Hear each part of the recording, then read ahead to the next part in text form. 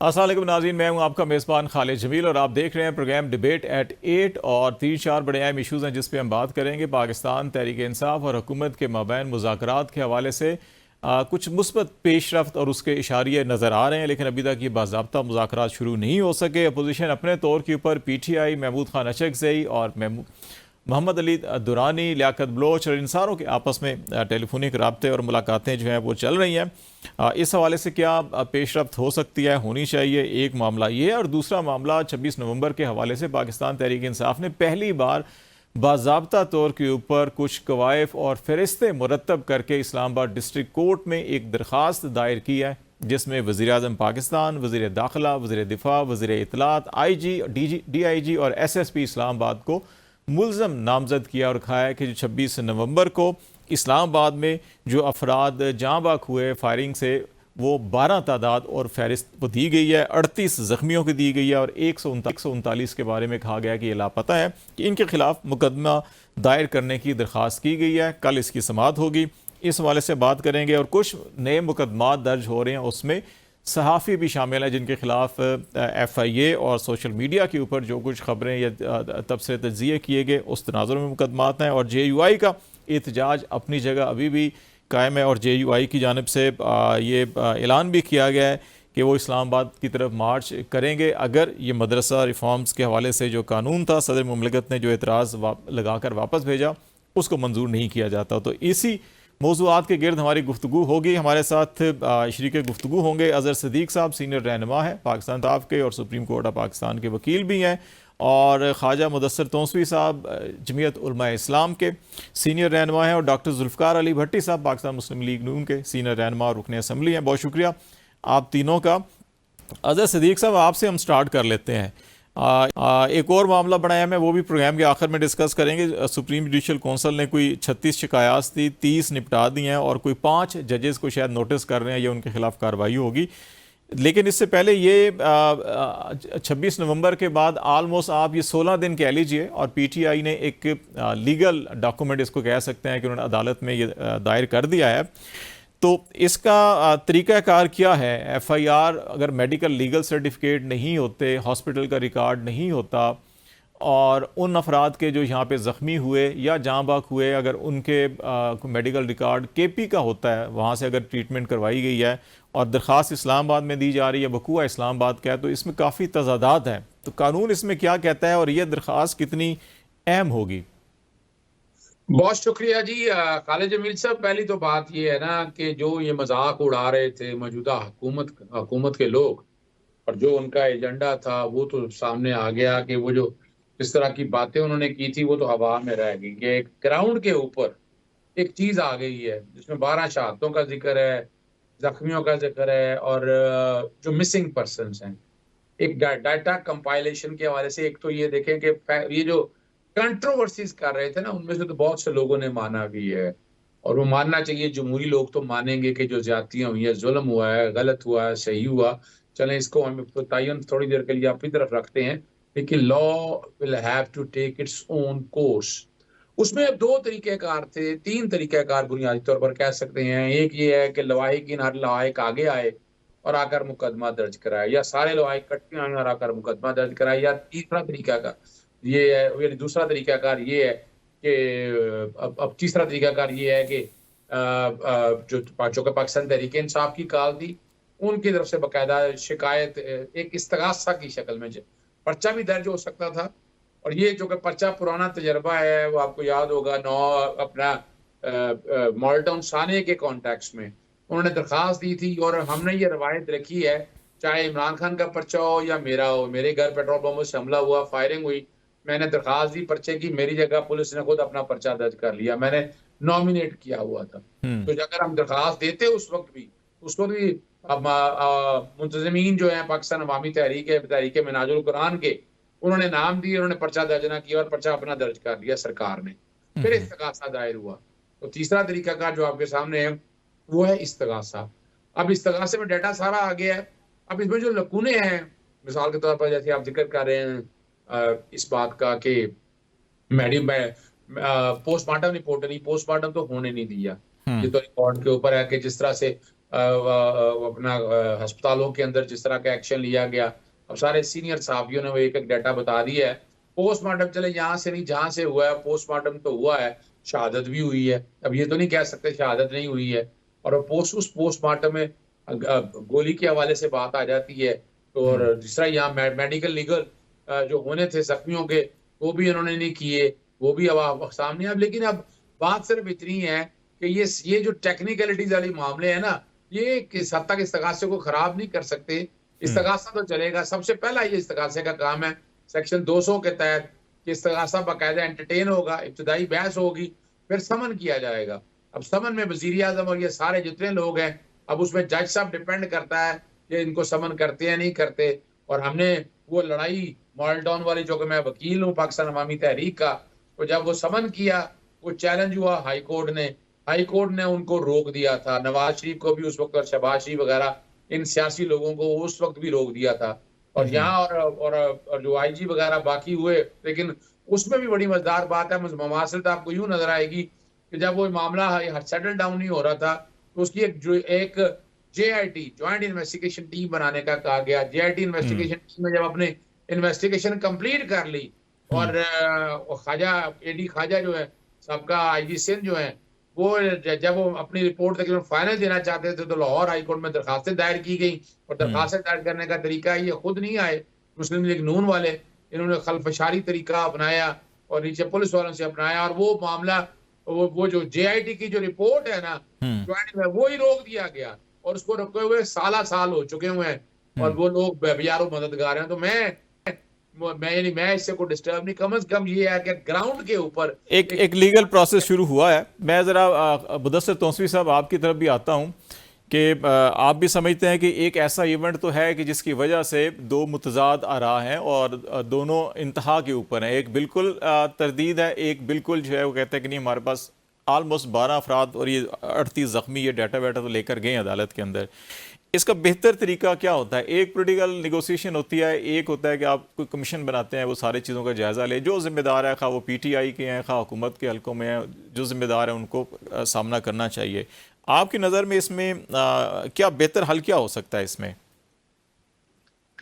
बिस्मिल्लाहिर्रहमानिर्रहीम। खालिद भाई, आपके पिछले एक प्रोग्राम में जब आपने ये बात की थी कि गवर्नर केपीके ने एक ऑल पार्टीज कॉन्फ्रेंस बुलाई थी, तो उसके जवाब में मैंने आपकी खिदमत में ये अर्ज़ किया था और आपको कहा, और आपके प्रोग्राम में मैंने ये कहा था कि ये जो 26 और 27 नवंबर का वाक़या है, मैंने उस वक्त भी कहा था कि पाकिस्तान के नौजवान बहुत शदीद इज़्तिराब में हैं, पाकिस्तान के 25 करोड़ लोग शदीद इज़्तिराब में हैं। इसको सॉर्ट आउट होना चाहिए और इसका जो भी करार वाकई जो भी मुल्ज़िम है या जो भी इसका मुद्दा है, इसको एक स्क्रूटनाइज्ड अमल में इसको हो जाना चाहिए। क्योंकि देखिए, अब इंफॉर्मेशन टेक्नोलॉजी का दौर है और कोई चीज़ छुप नहीं सकती। हमें ये चीज़ आइडेंटिफाई करनी चाहिए कि इतना बेरहमाना किस्म का ये जो सारा अमल हुआ है कि पाकिस्तान की इतनी तादाद में लोग इस्लामाबाद आए और उनके ऊपर ये फायरिंग हुई नहीं हुई उनके अपने, तो इसको एक दिन इसको एक नतीजे की तरफ लगना चाहिए और इसका हर सूरत में ये पाकिस्तान के लोगों को पता चलना चाहिए कि who is the main culprit, कहाँ से चीज इंस्टिगेट हुई है और कहाँ पे चीज आके क्लोज हुई है।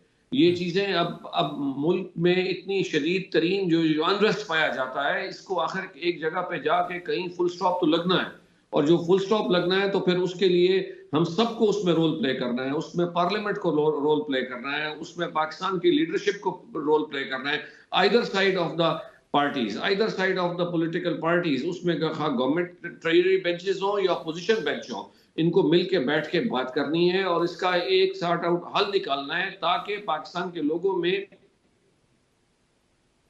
एक कंफर्ट लेवल पैदा हो सके और उनको ये पता चल सके कि हमारे मुकद्दर के खुदा हमारे साथ किन किन बेरहमाना तरीकों के साथ हमारे साथ सलूक किया जाता है। कर रहे हैं। भट्टी साहब, जरा आपकी तरफ आते हैं कि जैसे मैंने पहले कहा कि दो इंतहाएं हैं, हुकूमत बिल्कुल इसको तस्लीम करने से इनकार है कि नहीं हुआ। इसहाक डार साहब ने कल फ्लोर पे कहा कि नहीं, अच्छा गोली चली भी है तो ये देखना होगा, क्या पता उनके अपने गंडापुर साहब के जो गार्ड्स हैं उन्होंने ना चलाई हो, ये एक मौक़िफ़ ये भी है। तो बेहतर नहीं है कि जहाँ पे हम इसके ऊपर शोर शराबा हो, इल्ज़ाम तराशियाँ हों, हालात मज़ीद ख़राब हों, इदारों के ऊपर एतबार जो है वो ना रहे, तो बेहतर है कि इसका एक जुडिशल रिव्यू कह लें, कमीशन कह लें, वो कि बन जाए, ताकि एक तो अनरेस्ट ख़त्म हो जाओ, दूसरा एक मुज़ाकरात का प्रोसेस जो शुरू होने की बात हो रही है, ज़रा उसके लिए भी राह हमवार हो जाएगी। आप समझते हैं कि कमीशन बन जाना चाहिए, या दोनों फ्रीकैन यूं ही लड़ते रहेंगे तो उससे पूरा मुल्क भी आगे नहीं बढ़ सके? मैं आपको बताऊं, ये एक बड़ा सादा सा केस है। आप देखें ना, 9 मई वाला, आप जरा थोड़ा सा पीछे थोड़ा सा चले जाएं। 9 मई को जितना इतना अपरेंट केस था और पूरी दुनिया देख रही थी, और एक जगह पे नहीं, पूरे पाकिस्तान में एक टारगेट करके जो है फौजी तनसीबात पे, फौजी उनके घरों पे, अपना कोर कमांडर के घर पे और सारी चीज़ों पे, और वो कैमरा दिखा रहा था, तस्वीरें सामने आ रही थी, उसके मोटिव सामने थे, सारी चीज़ें सामने थी। तो मेरे भाइयों ने, तो वो भी पीटीआई वालों ने यही न माना, वो कहते हैं जी नहीं जी ये तो हम नहीं थे। हालांकि इन लोगों की तस्वीरें, इनकी ऑडियो, इनकी वीडियो, इनकी सारी चीजें, फिर भी ये कहते थे नहीं जी जुडिशल कमीशन बनाए। भाई उसमें जुडिशल कमीशन बनाने की कौन सी जरूरत थी, जब आपके सामने नजर आए कि ये एक चीज है, ये कहते हैं कि ये गिलास है और सामने सारी दुनिया देख रही है ये गिलास है और ये पानी का भरा हुआ है, फिर 10 दफा पूछें यार ये गिलास है ये जग है यार।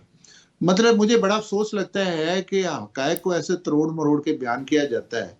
अब देखें इनके जो बयानात आप देख ले, कोई कह रहा है जी 250, कोई कह रहा है जी 300, कोई कह रहा है जी 1000, कोई कह रहा है जी, लेकिन अभी जो लीगल डॉक्यूमेंट है उसके ऊपर तो जांबाग 38 जख्मी 139 लापता सामने लेके आए। मेरी बात सुने ना, अगर इनके कोई लीगल डॉक्यूमेंट है तो वो देखें, ये आज कोर्ट में पेश किया उन्होंने। मेरी यार सुनो ना, मेरे भाई हैं, वकील हैं, इनको पता है कि लीगल डॉक्यूमेंट ये होती है कि जिस एरिए में आपका वकुआ होता है उस वकुए की वहाँ पे रिपोर्टिंग होती है, फिर उसका या पोस्टमार्टम होता है या मेडिको लीगल होता है, उसकी इंजरी नेचर ऑफ इंजरी होती है, उसकी रिपोर्ट होती है। अगर देखें ना, ये कहते हैं कि हमें थाने वालों ने रिपोर्ट नहीं ली, तो ये कोर्ट का प्रोसेस होता है, बाई ए बाई बी में चले जाते हैं लोग, वहां से कोर्ट में। वैसे तो ये सारे रिलीफ ले रहे हैं, जमानतें भी ले रहे हैं, हर रोज अदालतों में पेश होते हैं। तो इनके साथ कितनी मेजॉरिटी इनके सीनियर वकला की है, और मेरे भाई भी वकील हैं। क्या इनको किसी ने कोर्ट में जाके रोका था कि मजिस्ट्रेट के पास चले जाते दूसरे दिन के भाई हमारा ये बंदा इंजर्ड है और हमारा बंदा इस इंजरी में यहाँ पे वाकया हुआ है और इसकी जनाब अली को लीगल कराया जाए या इसकी पोस्टमार्टम रिपोर्ट कराई जाए। तो ये ड्रामे हैं सारे। मेरी बात सुना, अब इन्होंने खुद ही ये वकूए किए, खुद ही इन्होंने अपने, इनके लोग मुसल्ला थे, खुदा न खासा किसने मारा, कैसे मारा, अगर कोई है इंजर्ड, हमारे पास से सामने कोई बंदा नहीं आया। हम तो इससे डिनाई है कि हमारी तो कोई किसी किस्म की ना हमने फायरिंग की। हमारे देखें ना, उसमें पुलिस को जो है, देखें एक पुलिस का आदमी शहीद हुआ, 4 रेंजर के हुए, और ये हर दफा यही इनकी प्रैक्टिस थी। 2014 में जब ये इन्होंने धरना दिया था उसी वक्त भी इनकी यही प्रैक्टिस थी। ये हमेशा पुरअमन एहतजाज को ये पुरतशद्दद एहतजाज बनाते हैं, और फिर उसके बाद ये सारा वकुआ करने के बाद फिर इल्जाम हुकूमत पे लगाते हैं। भैया देखिए, ये इनका एक अपना एक वतीरा बन गया है कि सिर्फ हुकूमत को बदनाम करते हैं, और जब कोई बाहर से कोई अपना सदर ममलकत आते हैं, कोई फॉरेन डेलीगेट्स आता है, तो ये उसी दिन की डेट रख देते हैं कि जी चलो जी आप मुल्क की मैशत। अब देखिए आपकी मैशत सिंगल डिजिट में आई, एक्सपोर्ट आपकी 12.5% बढ़ी, आपके काफी चीजें कंट्रोल होनी शुरू होगी, तो इन्होंने आप फिर दोबारा इसी काम पे लग गए हैं। मैं इनसे कहता हूँ, पीटीआई वाले, भट्टी साहब, पीटीआई वाले कहते हैं कि हमने कोई एहतजाज की तारीख हम रखते हैं तो ये बुला लेते हैं किसी ना किसी को, और ये अब लगता है युगंडा से किसी को बुला लेंगे। सारा युगंडा में अभी देखो, चाइना का सदर युगंडा का सदर है भाई, मेरी आप बात सुनो। मतलब इनका बयान था जो मैंने आपको कहा, ये युगंडा का बताएं, किसी युगंडा के सदर पे हमने इनको कहा है कि एहतजाज ना, ये देखें बड़े वेरिएबल लोग हैं, और सदर तो किसी मुल्क का सदर हमारे लिए वाजिबुल एहतराम है। ये इसीलिए तो मुल्क के मुख्तलिफ सदूर और वजीर आजम के बारे में ऐसे ऐसे रिमार्क्स देते हैं जो ना कि किसी किस्म के सफारती आदाब के हिसाब से होता है ना। ठीक हो गया। जरा भट्टी साहब ब्रेक ले लेते हैं, ब्रेक के बाद आते हैं। तो अजहर सिद्दीक साहब आपकी तरफ, आप यकीनन भट्टी साहब को कुछ कमेंट्स हैं जो रिस्पांस आपका चाहिए होगा। और दूसरा मामला 9 मई का भी है और सुप्रीम कोर्ट ऑफ पाकिस्तान में आज एक मशरूत डिसीजन हुआ है कि 9 मई के गालबन 85 मुल्ज़मान जो इस वक्त फौजी तहवील में, उनके बारे में कहा गया जी फैसला सुना दें,